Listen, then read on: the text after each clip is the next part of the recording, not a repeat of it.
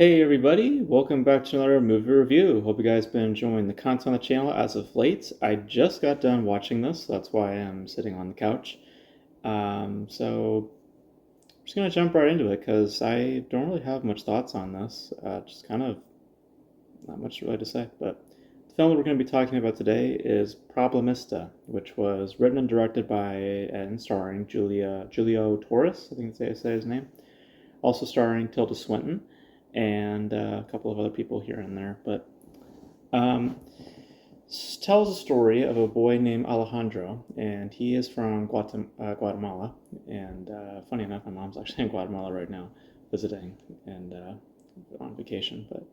Um, but this tells a story of a aspiring toy designer, and he goes to America, to New York City precisely, to try to fulfill his dreams. Tries to get established at Hasbro, and is having trouble with it because with him being a foreigner and other factors involved, he needs to get a sponsor in order to sustain his existence in America.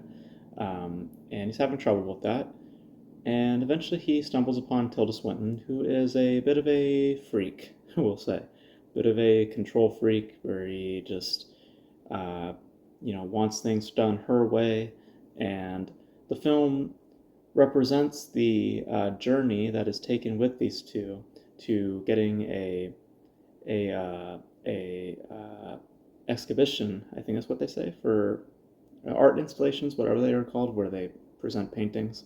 Um, as is her husband is likes to paint a bunch of eggs, and she is wanting to represent his legacy in some form.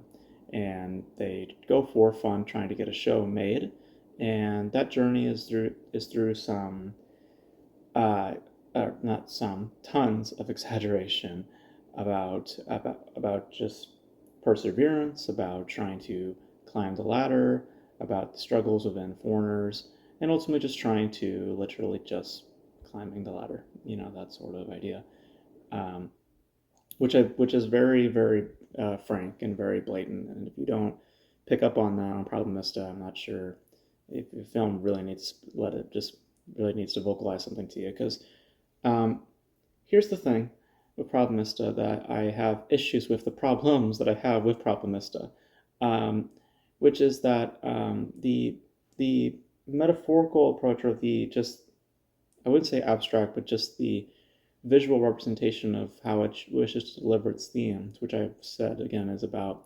perseverance, about trying to climb up the ladder, about trying to establish oneself, trying to gain confidence um, through that perseverance in order to sustain or be able to get what someone wants. You have to marry confidence within passion, and also within again perseverance.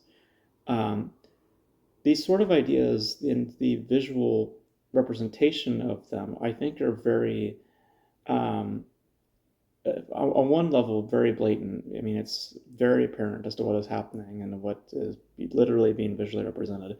But also, I must say, it is also fairly childish to some extent because there's a there's a shed of ignorance that I feel that the film bears on the ideas that it's representing, to where I feel that some sense of self-deprecation could have been beneficial in the deconstruction of these ideas through the lens of the specific character. Because the issue with our main lead is that a lot of the issues that the character falls into are issues that he literally puts himself in.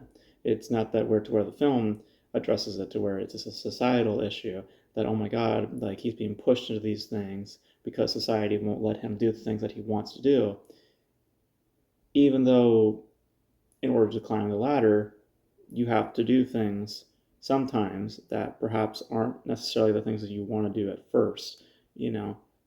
But the extremes, the stuff that the film talks about, like at one point he's basically having, I guess in some ways prostituting, like like stuff like that. It's like society has never asked anybody to become that. That is something that you choose to do on your own terms, and you are making it so that that is the way that you're looking to get money and other factors involved.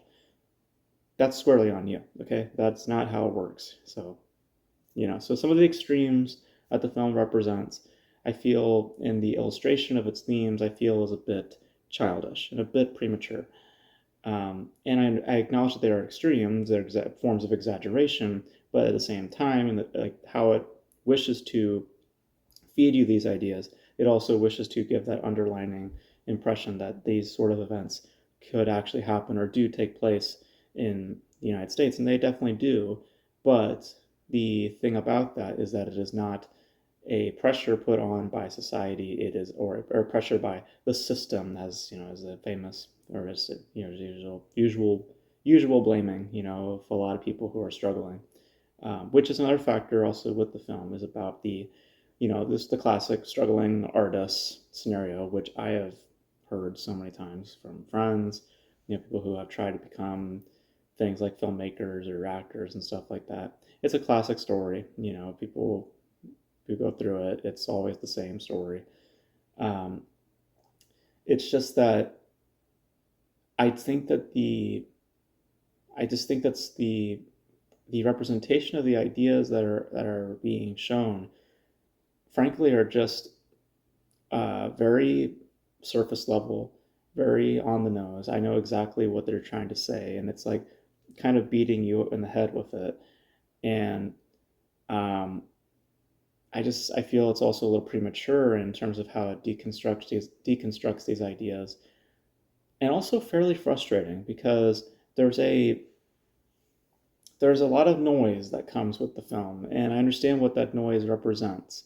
But again, that noise in the packaging of how it chooses to deliver it to you, again, it's just, again, there's an ignorance there, and that ignorance doesn't make it more involving or investing. It just kind of builds more frustration.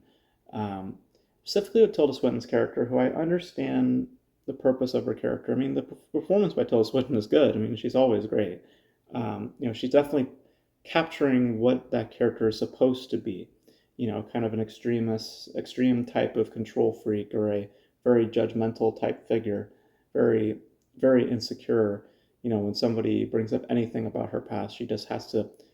So I think even her husband says at one point in the film, it's like when you solve one issue, she'll bring up two more. Like that's just in essence what her character is. Um, Someone who's incredibly insecure. Um, but um, but I just feel that and there's like some stuff also that just kind of pops up just for this story to have some sort of twist, or some sort of just, I guess, of spicing up of its narrative, that I feel is completely unnecessary and kind of negates the point of the journey of what we went on. Um, so so not to use a play on words, and it's not just for just for a fact. I mean, it's just literally how I feel. But in talking about Problemista, it is problematic. There are issues. There's issues on a visual medium. There's issues on a temperament, in just how I honestly feel while watching it, by digesting its judgment, by how it is presenting its claim.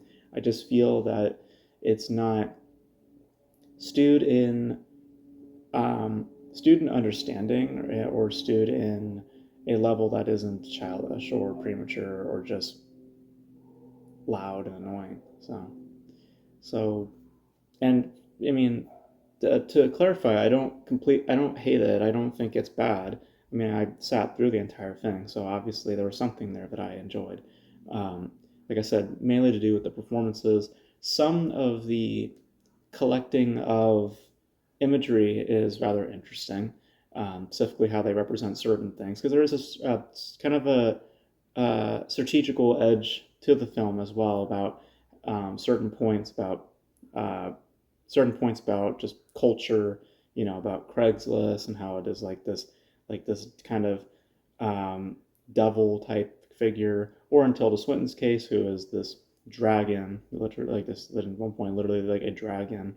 Um, like It's interesting visual stuff, but the problem with it is that it is all too literal. There is not a underbelly. There is not a second layer or another point of interpretation. Like there's a great point at the end where they show you like a bunch of random blocks on random street corners or in random places, and that sort of visual idea I think is very strong if there was room for interpretation, if there was more other areas to explore, or more other things that you can pick up on.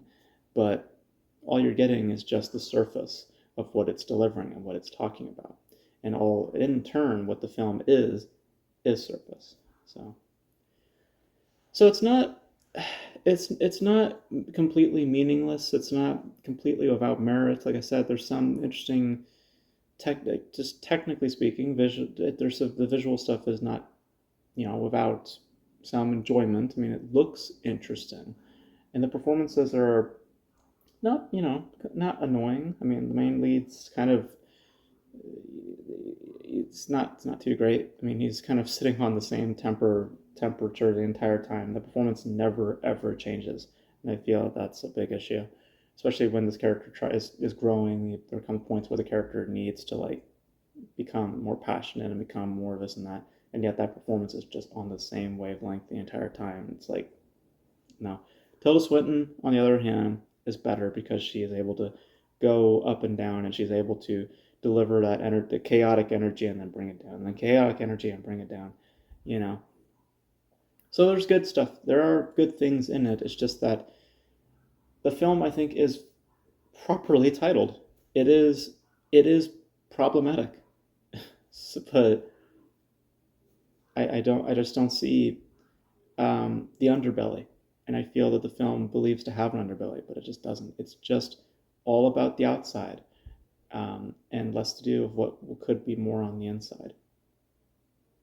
So, so it's problematic. Problemista is problematic. And that's probably the best way I can put it. So yeah, so those are my thoughts on Problemista. I thought it was okay, not great. Like I said, I just wish that things were not so literal, so apparently literal, and then I might have been able to get more involved as a result. But let me know your thoughts on Problemista if you guys have seen it in the comment section below. It's available now on HBO Max. So if you guys are curious to check it out, you guys can check it out. And yeah, so that's gonna be it for this video, guys. Thank you guys for tuning in. And until then, I will catch you guys in the next video. Bye.